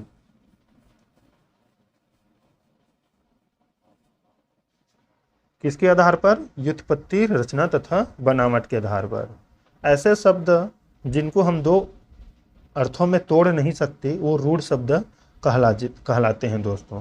जैसे मैं आपको दे दिया दिन शब्द, अब इसे आपको तोड़ना है तो आप इसे कैसे तोड़ेंगे? दिन को दी प्लस न, तो इसका कोई अर्थ नहीं होता दोस्तों इन दोनों शब्दों का, तो ये शब्द क्या हो जाएंगे? रूढ़ हो जाएंगे। आपको समझ में आ गया होगा रूढ़ शब्द जिनका कोई अर्थ नहीं निकलता तोड़ने पर। यौगिक शब्द दोस्तों जैसे विद्यालय है, यह आपका यौगिक शब्द है। कैसे इसको हम तोड़ सकते हैं? विद्या प्लस आलय, विद्या का अर्थ ज्ञान, आलय का मतलब स्थान, तो ये हो जाएगा आपका यौगिक शब्द है दोस्तों, यौगिक। तीसरा है आपका योग ऋण। तीसरा अर्थ का जो प्रतीति कराया जैसे बहुब्रीहि समास, सेम वही है योग ऋण। जैसे पीताम्बर मतलब भगवान विष्णु, जलज मतलब कमल जो जल में उत्पन्न होता है, दशानन 10 सिर है जिसके रावण, नीलकंठ मतलब भगवान शंकर, गिरधारी मतलब भगवान श्री कृष्ण, दशरथ मतलब राम के पिता, हनुमान मतलब जो जिनके हनु मतलब दाढ़ी पर अगर जो चोट लगा हुआ है वो, तो इस प्रकार से आप इसे याद कर सकते हैं। वो है योग ऋण। ऋण आपको समझ में आया? ऋण मतलब शब्द को तोड़ने पर कोई अर्थ नहीं निकलता, यौगिक मतलब शब्द को तोड़ने पर सार्थक अर्थ निकलता है दोनों का, योग ऋण मतलब तीसरा अर्थ प्रतीत होता है। आप समझ गए होंगे दोस्तों। अब देखिए रूप प्रयोग तथा व्याकरणिक विवेचन के आधार पर जो शब्द भेद हैं दो प्रकार के होते हैं, विकारी और अविकारी। विकारी शब्द वे होते हैं दोस्तों जिसमें लिंग वचन कारक जो है परिवर्तित हो जाते हैं, लिंग वचन और कारक परिवर्तित होते हैं, विकारी शब्द हैं। इसमें से आपको बहुत ही कम क्वेश्चन पूछा जाएगा इसलिए सिंपल बताते हैं। अविकारी शब्द दोस्तों जिसमें लिंग वचन कारक के आधार पर उनमें परिवर्तन नहीं होता है, तो इसमें है विकारी और ये अविकारी। आप इसे याद कर लीजिएगा। रूप प्रयोग तथा व्याकरण विवेचन के आधार पर। अर्थ के आधार पर चार प्रकार के। कौन कौन से? एकार्थी शब्द, अनेकार्थी, समानार्थी और विपरीतार्थी। एकार्थी मतलब जिसका एक ही अर्थ हो, गंगा, पटना, जर्मन, राधा, मार्च, ये जो दिया है। अनेकार्थी मतलब बहुत से, जैसे अनेकार्थी हार बोल देंगे तो हार गले की माला भी कहलाती है, पराजय भी कहलाती है। कनक बोलेंगे तो कनक का अर्थ सोना भी होता है, धतूरा भी होता है, तो ये हो गया। समानार्थी मतलब समान अर्थ वाले, जैसे पर्यायवाची, आकाश को नभ, गगन, आसमान बोलते हैं वो। विपरीतार्थी मतलब विलोम शब्द, जैसे जय का पराजय, सच का झूठ, पाप का पुण्य। तो आपको समझ में आ गया होगा अर्थ के आधार पर चार प्रकार, एकार्थी, अनेकार्थी, समानार्थी और विपरीतार्थक शब्द, चार प्रकार अर्थ के आधार पर शब्द भेद होते हैं। एक बार फिर से बताते हैं। उत्पत्ति स्रोत के आधार पर चार प्रकार के। कौन कौन से दोस्तों? तत्सम, तद्भव, देशज, विदेशज। व्युत्पत्ति रचना बनावट के आधार पर तीन प्रकार के। कौन कौन से? रूढ़, यौगिक, योग ऋण। रूप प्रयोग व्याकरणिक विवेचन के आधार पर दो प्रकार के, विकारी और अविकारी। अर्थ के आधार पर चार प्रकार, एकार्थी, अनेकार्थी, समानार्थी और विलोम। तो आप समझ गए, इसे आप समझ गए होंगे दोस्तों। चलिए कुछ प्रश्न कर लेते हैं दोस्तों। उत्पत्ति के आधार पर शब्द के कितने भेद होते हैं? अभी देखें हमने कितने होते हैं, चार होते हैं। संस्कृत के ऐसे शब्द जिसे हम ज्यों का त्यों प्रयोग में लाते हैं क्या कहलाते हैं? तत्सम कहलाते हैं दोस्तों। रूढ़ शब्द कौन सा है? तो रूढ़ शब्द है दोस्तों पशु, इसे हम अलग नहीं कर सकते तोड़कर। शब्द रचना के आधार पर बताइए कौन सा शब्द योग रूढ़ है? तो कौन सा है दोस्तों? जलज है, मतलब जो कमल जल में उत्पन्न हो। रूढ़ शब्द कौन सा है? तो रूढ़ शब्द है दोस्तों इसमें वैभव। परीक्षा शब्द निम्नलिखित वर्गों में से किस वर्ग में आता है? तो परीक्षा जो शब्द है दोस्तों ये तत्सम शब्द है, याद रखिएगा, संस्कृत शब्द है। मजिस्ट्रेट ये कौन सा शब्द है, तो ये विदेशज है, शब्द से ही पता चल रहा है। देशज शब्द कौन सा है दोस्तों, तो लोटा है, हमें पता है ये। स्वतंत्र सत्ता धारण न करने वाले शब्द क्या कहलाते हैं, तो ये कहलाते हैं दोस्तों यौगिक, जिसकी स्वतंत्र सत्ता नहीं होती है। ये दो शब्दों से मिलकर बने होते हैं। निम्नलिखित में से यौगिक शब्द है, तो हमें पता है विद्यालय, दो शब्दों से मिलकर बना है। ये देखिए दोस्तों, हमारा अगला टॉपिक है संज्ञा। आपके यहाँ से भी जो है एग्जाम में प्रश्न देखने को मिलेगा Pandit Sundarlal Sharma pre B D Ed में। तो सबसे पहले देखिए, पद के भेद कितने होते हैं, आपके एग्जाम में पूछा जा सकता है। तो पद के 5 भेद होते हैं, कौन कौन से, संज्ञा, सर्वनाम, विशेषण, क्रिया और अव्यय। याद रखिएगा, मोस्ट इंपॉर्टेंट है, पद के भेद 5 होते हैं। यह हो गया दोस्तों संज्ञा। संज्ञा को नाम भी कहा जाता है दोस्तों, क्या कहते हैं, नाम भी कहा जाता है। किसी प्राणी, वस्तु, स्थान, भाव आदि का नाम संज्ञा कहलाती है। ये तो हम पहले से जानते हैं, ये पढ़ते आ रहे हैं। तो देखिए संज्ञा के प्रकार हैं, हम जानते हैं संज्ञा के 5 प्रकार होते हैं, लेकिन किसके आधार पर होते हैं, एग्जाम में पूछा जाता है। तो संज्ञा के प्रकार जो हैं व्युत्पत्ति के आधार पर दोस्तों 3 प्रकार के होते हैं। कौन कौन से, ऋण, यौगिक और योग ऋण। व्युत्पत्ति के आधार पर हमने ऋण बता दिया आपको, यौगिक बताया है, इससे पहले योग ऋण भी बताए हैं, आपको पता होगा क्या क्या है ये। तो व्युत्पत्ति के आधार पर संज्ञा 3 प्रकार के होते हैं। अर्थ की दृष्टि से संज्ञा 5 प्रकार के होते हैं। कौन कौन से दोस्तों, तो व्यक्तिवाचक, जातिवाचक, द्रव्यवाचक अर्थात पदार्थवाचक, समूहवाचक तथा भाववाचक। अब हम इसे जान लेते हैं व्यक्तिवाचक।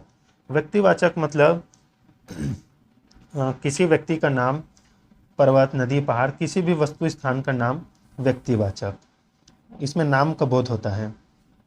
जातिवाचक, तो जातिवाचक में आ जाएगा नदी, नदी बोलने से सभी नदियां इसमें आ जाएंगी। पर्वत बोलने से सभी पर्वत आ जाएंगे। लड़की बोलने से सभी लड़की आ जाएंगे, लड़का बोलने से सभी लड़के आ जाएंगे। मतलब नदी बोलने से देखिए गंगा, यमुना, सरस्वती, जितने सभी नदी हैं सभी आ जाते हैं। तो ये जो है जातिवाचक है, जाति का बोध कराने वाले। पदार्थवाचक या द्रव्यवाचक, ये क्या है इसमें, तो द्रव्य या पदार्थ के कौन कौन से हैं, जैसे पानी है, तेल है, घी है, दही है, तांबा, सोना, चांदी, लोहा आदि जो हैं ये पदार्थवाचक है। गैस में भी आ जाएगा धुआं, ऑक्सीजन आदि। समूहवाचक, समूहवाचक संज्ञा क्या है दोस्तों, समूह का बोध हो, जैसे सैनिक बोलने से, सेना बोलने से, अधिकारी बोलने से, ताश बोलने से, टीम बोलने से, सभा बोलने से हमें पता चलता है कि उनमें बहुत से सदस्य हो सकते हैं। क्रिकेट टीम बोलेंगे तो क्रिकेट टीम में 11 जो है सदस्य होते हैं, तो ये समूहवाचक संज्ञा। भाववाचक संज्ञा, जिसमें हमें भाव का पता चले किसी भी चीज़ का, जैसे क्रोध, हमें पता चल गया कि भाव क्या है, तो गुस्से में है। मिठास मतलब मीठापन है। तो इस प्रकार से भाव जहाँ पता चले वो भाववाचक संज्ञा। पता चल गया है उत्पत्ति के आधार पर 3, अर्थ के आधार पर 5 प्रकार की संज्ञा होते हैं। चलिए अगला टॉपिक देखते हैं। मोस्ट देखिए दोस्तों, हमारा अगला टॉपिक रहेगा लिंग। हम इसमें देखेंगे लिंग को। तो हिंदी में याद रखिएगा, जो लिंग है वो 2 प्रकार के होते हैं। कौन कौन से, तो पहला होगा पुल्लिंग और दूसरा होगा आपका जो है स्त्रीलिंग। संस्कृत में 3 होते हैं, लेकिन हिंदी में 2 होते हैं। आपसे यहाँ सिंपल प्रश्न पूछा जा सकता है आपके प्री बी एड में, और पूछा भी नहीं भी जा सकता, उतना इम्पोर्टेंट नहीं है, लेकिन पुल्लिंग स्त्रीलिंग जान लीजिए। जिन शब्दों के अंत में अ आए या आ आए तो वो पुल्लिंग होता है दोस्तों, और जिन शब्दों के अंत में आ आए और ई आए तो ये स्त्रीलिंग शब्द होता है। आप इतना जान लीजिए इसे। जैसे पुल्लिंग शब्द में आपके क्या क्या आ सकते हैं, तो राम है, सूर्य है, क्रोध, समुद्र, चीता, घोड़ा, कपड़ा, घड़ा आदि पुल्लिंग शब्द हैं। साथ ही साथ जैसे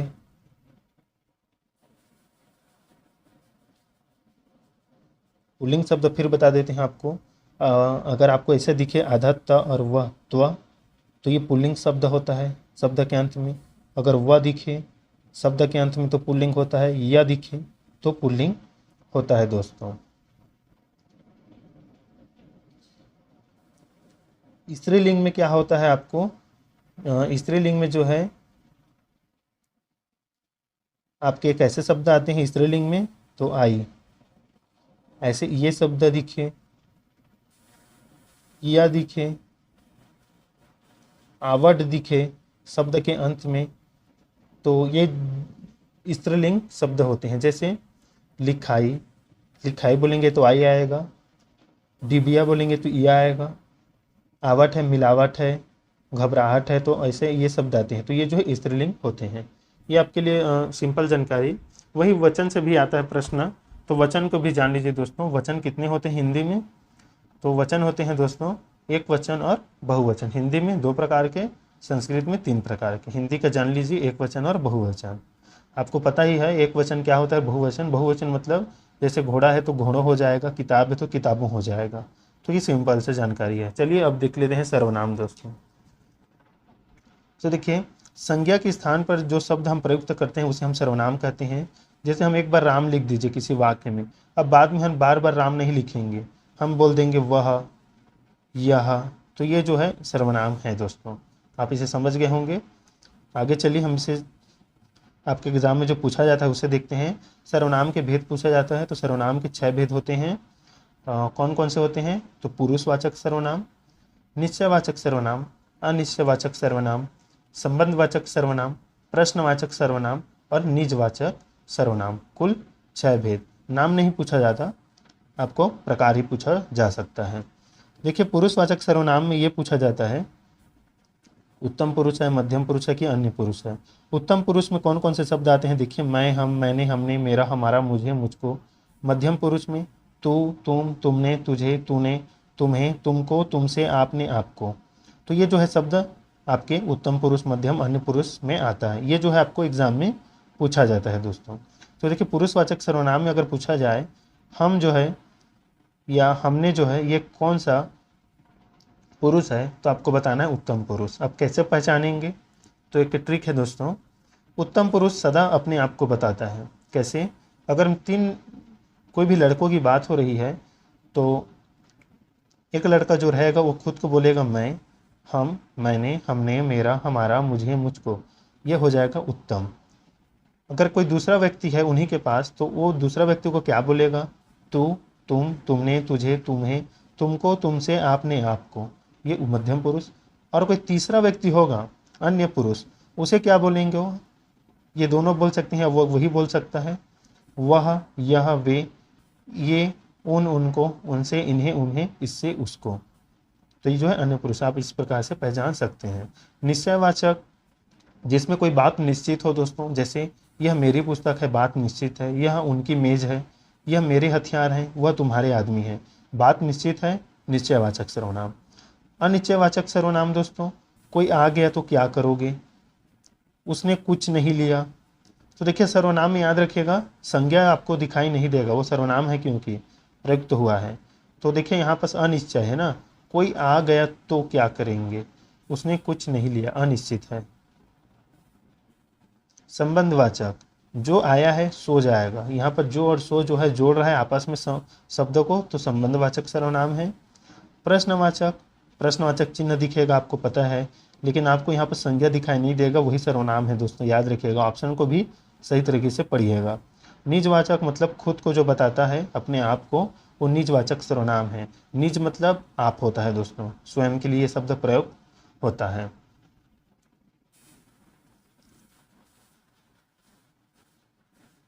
चलिए कुछ प्रश्न कर लेते हैं इससे संबंधित। तो वस्तु, स्थान, भाव, विचार के द्योतक शब्द को हम क्या कहते हैं दोस्तों, उसे हम संज्ञा कहते हैं। क्या कहते हैं, संज्ञा। व्युत्पत्ति के आधार पर संज्ञा कितने भेद होते हैं, तो हमने देखा है व्युत्पत्ति के आधार पर संज्ञा के भेद 3 होते हैं, ऋण, यौगिक, योग ऋण। स्त्रीत्व शब्द में कौन सी संज्ञा है, तो स्त्रीत्व शब्द में भाववाचक संज्ञा है, स्त्री से स्त्रीत्व बना है। भारतीय शब्द का बहुवचन क्या होगा दोस्तों, तो भारतीयों होगा। सूर्य शब्द का स्त्रीलिंग क्या होगा, तो ये होगा दोस्तों सूर्या। बुढ़ापा किस प्रकार का शब्द है, तो ये जो है बूढ़ा से बुढ़ापा बना है, तो भाववाचक है दोस्तों। निम्नलिखित शब्दों में से कौन सा शब्द संज्ञा है, तो कौन सा है दोस्तों, तो बी है, क्रोध। क्रोध से भाववाचक संज्ञा का पता चल रहा है। आंसू का बहुवचन क्या होगा, तो इसका होगा आंसुओं। देखिए दोस्तों, हमारा अगला टॉपिक है पर्यायवाची। प्रश्न देखते हैं सबसे पहले। अमीय का पर्यायवाची शब्द है दोस्तों, मोस्ट इंपॉर्टेंट है। तो देखिए, अमी मतलब अमृत होता है और इसका पर्यायवाची है सुधा। पृथ्वी का पर्यायवाची शब्द है, तो इसका पर्यायवाची शब्द है दोस्तों रत्न गर्भा। शत्रु का पर्यायवाची शब्द क्या है? तो शत्रु का पर्यायवाची शब्द है दोस्तों अरि। खर का पर्यायवाची शब्द है, तो खर का पर्यायवाची शब्द है गधा दोस्तों। अनंत का पर्यायवाची शब्द क्या हो जाएगा? तो निस्मीम हो जाएगा। अनिल का पर्यायवाची शब्द क्या होगा? तो अनिल मतलब बताइए दोस्तों, पवन होगा। छठवा का क्या हो जाएगा? सी। और अनल रहेगा तो आग हो जाएगा। स्तन्य का पर्यायवाची शब्द क्या होगा? तो दूध होगा। अरविंद का पर्यायवाची शब्द क्या होगा दोस्तों? तो अरविंद का हो जाएगा कमल। मृगेंद्र, जो हिरण का राजा हमने पहले बताया था, तो क्या होगा? शार्दूल। व्याघ्र मतलब शेर। जाह्नवी का पर्यायवाची शब्द क्या है दोस्तों? तो इसका होगा सुरसर। अब देखिए दोस्तों, हम बता देते हैं पर्यायवाची शब्द में आप कौन कौन से टॉपिक को याद रखेंगे। हमने पहले कराया हुआ है, प्लेलिस्ट पर वीडियो अपलोड है, उसका लिंक दे देंगे इस वीडियो के नीचे, उसे आप कर लीजिएगा। तो सबसे पहले आप पर्यायवाची देख लीजिएगा। पृथ्वी का, कमल का, गगन का मतलब आकाश का, आग का, हवा का, सांप का, पक्षी का, घोड़ा का, इंद्र का, गंगा नदी का, यमुना नदी का, ये और एक है वस्त्र का, सागर भी है। तो ये जो इतने टॉपिक है दोस्तों, आप इन्हें देख लीजिएगा, आपके एग्ज़ाम की दृष्टि से इम्पॉर्टेंट है ये, तो इसे आप तैयारी कीजिएगा। चलिए अब विलोम शब्द देखते हैं दोस्तों, आपके एग्ज़ाम के लिए इम्पॉर्टेंट। आपके विलोम शब्द में आपको पता ही होगा, आप विलोम शब्दों को ज़्यादातर सही करके ही आएंगे। तो सही इसमें पहला प्रश्न है, आलोक का विलोम शब्द क्या होगा? तो आलोक मतलब प्रकाश होता है, तो अंधकार मतलब अंधेरा हो जाएगा, तो विलोम शब्द है। ज्येष्ठ मतलब बड़ा होता है, तो विलोम शब्द क्या हो जाएगा दोस्तों? तो हो जाएगा कनिष्ठ छोटा। स्थावर का विलोम शब्द, तो स्थावर का हो जाएगा आपका जंगम दोस्तों। गमन का तो आगमन, गमन जाना, आगमन मतलब आना, तो ये विलोम शब्द है दोस्तों। मन मतलब चुप रहना दोस्तों, तो मुखर मतलब बोलने वाला।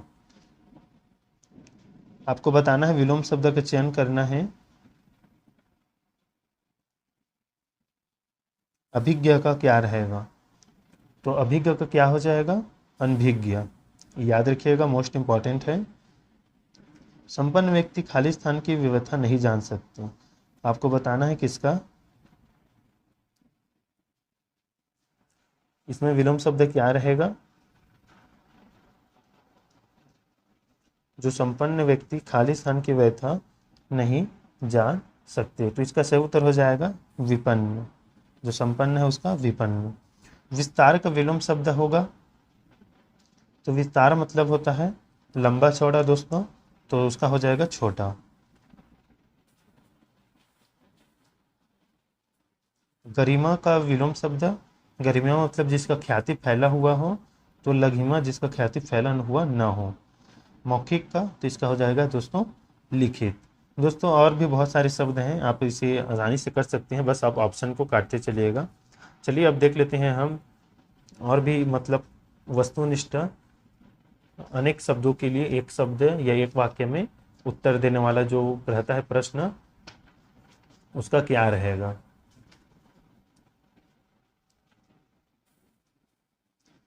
तो देखिए, जो पहले कभी ना हुआ हो उसे बोलते हैं दोस्तों अभूतपूर्व। जो कहा ना जा सके उसे हम क्या बोलते हैं? अकथनीय। समय की दृष्टि से अनुकूल, समय की दृष्टि से अनुकूल के लिए समय अनुकूल। ये हमने पहले भी वीडियो में कराया हुआ है, आप पूरा वीडियो देखने के लिए आप प्लेलिस्ट पर जाइए, हिंदी का बना हुआ है, वहाँ आपको मिल जाएगा।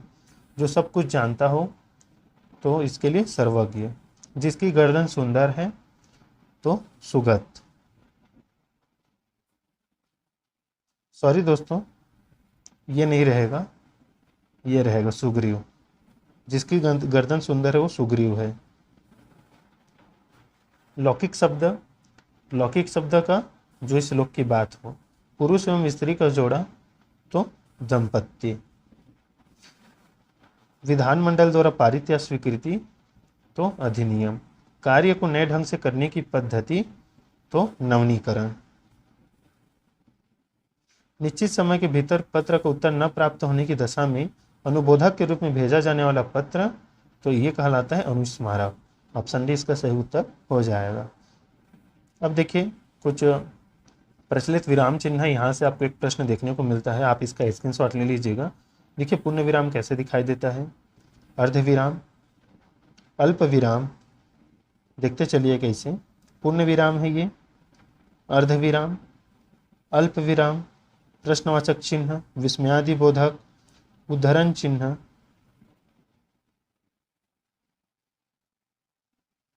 ये जो है योजक चिन्ह, निर्देशक चिन्ह, कोष्ठक है ये, हंस पद। इसके अंदर को देखिए, ये जो बाहर ऐसा कोष्ठक लगा है वो नहीं रहेगा। तो रेखांकन है ये, लाघव चिन्ह है, लोप चिन्ह है। इन विराम चिन्ह का प्रयोग कहाँ कहाँ पर होता है आपको पता ही होगा। पूर्ण विराम जहाँ पर वाक्य खत्म होता है दोस्तों। अर्ध विराम बीच में रुकने के लिए थोड़ा सा ठहराव है ये। अल्प विराम बिल्कुल कम समय के लिए रुका जाता है। प्रश्नवाचक चिन्ह क्यों, कौन, कैसा पूछा जाता है। विस्मयादिबोधक ऐसा चिन्ह है तो ओह, वाह। उद्धरण चिन्ह है, अगर कोई परिभाषा लिखती है कोई शब्द, तो जैसे सुख लिखा है मैंने तो ऐसे रहेगा, फिर ऐसे पूर्ण विराम रहेगा। तो ये हो गया उद्धरण चिन्ह। योजक चिन्ह सुख और दुख के बीच में लगने वाला, जिसे निर्देशक कुछ भी हम डील करते हैं तो निर्देश देते हैं ऐसे। कोष्ठक को हमें पता है, कोष्ठक के अंदर हंस पद, जैसे कोई शब्द हम गलत लिख देते हैं या भूल जाते हैं, का लिखिए उसके बाद कुछ और रहता और है लिख दिए, तो इस जगह हम लिखने के लिए ऐसे शब्द, ऐसे चिन्ह का प्रयोग करते हैं। ये वाला है ये। रेखांकन किसी शब्द को हमें बताने के लिए, हाईलाइट करने के लिए रेखांकन करते हैं। जैसे त्रुटि बोधक को करने के लिए हम ऐसे कर देंगे, रेखांकन होगा। लाघव चिन्ह तो ये बीच में ऐसे दिया जाता है। लोप चिन्ह, तो लोप चिन्ह मतलब वो है ये, अंत में ऐसे हम दे देते हैं। तो इस प्रकार से आप ये विराम चिन्ह, इसका स्क्रीनशॉट ले लीजिएगा। आपके एग्जाम में यहाँ से एक प्रश्न देखने को मिलता है दोस्तों। देखिए अब काल के 3 भेद होते हैं, कौन कौन से जान लीजिए। यहाँ से एक प्रश्न आएगा। वर्तमान काल है, भविष्य काल है, भूतकाल है। तो सबसे पहले भूतकाल, वर्तमान काल, भविष्य काल हम इसे जानते हैं। तो सबसे पहले हम देखते हैं सामान्य वर्तमान काल। सामान्य वर्तमान काल क्या होता है दोस्तों? तो देखिए यह पढ़ता है। तत्कालिक वर्तमान, यह पढ़ रहा है। पूर्ण वर्तमान, वह पढ़ चुका है। संदिग्ध वर्तमान, वह पढ़ता होगा। संभाव्य वर्तमान, वह पढ़ता हो। अब देखिए वर्तमान हमें जो पता है, जो अभी हो रहा है या थोड़ा सा हो चुका है, ऐसे इसमें प्रश्न रहेगा। भूतकाल में था लगता है और वर्तमान काल में है, और भविष्य में वो संभावित रहता है। तो आप स्क्रीनशॉट ले लीजिएगा, आप इसे आसानी से बना सकते हैं। भूतकाल में देखिए, सामान्य भूत में सीता गई, आसन्न भूत में सीता गई है लगेगा तो आसन्न है दोस्तों। पूर्ण भूत सीता गई थी, अपूर्ण भूत सीता जा रही थी, संदिग्ध भूत सीता गई होगी, हेतु मदभूत सीता जाती, मतलब होने वाली थी परंतु हुई नहीं। भविष्यत काल, भविष्य है ये। सामान्य भविष्यत, राम पढ़ेगा। संभाव्य भविष्यत, संभव है राम पढ़े। हेतु मत भविष्य, छात्रवृत्ति मिले तो राम पढ़े। तो ये है दोस्तों भविष्य काल। स्क्रीनशॉट ले लीजिएगा दोस्तों। तो ये थे दोस्तों आपका हिंदी के लगभग संपूर्ण टॉपिक। हमने इसमें आपका लोकोक्ति और मुहावरा को नहीं कराया है, वो प्लेलिस्ट पर उसका वीडियो अपलोड है लोकोक्ति और मुहावरा का, तो वहाँ से आप उसे देख लीजिएगा दोस्तों। उसमें बहुत सारे प्रश्न होते हैं।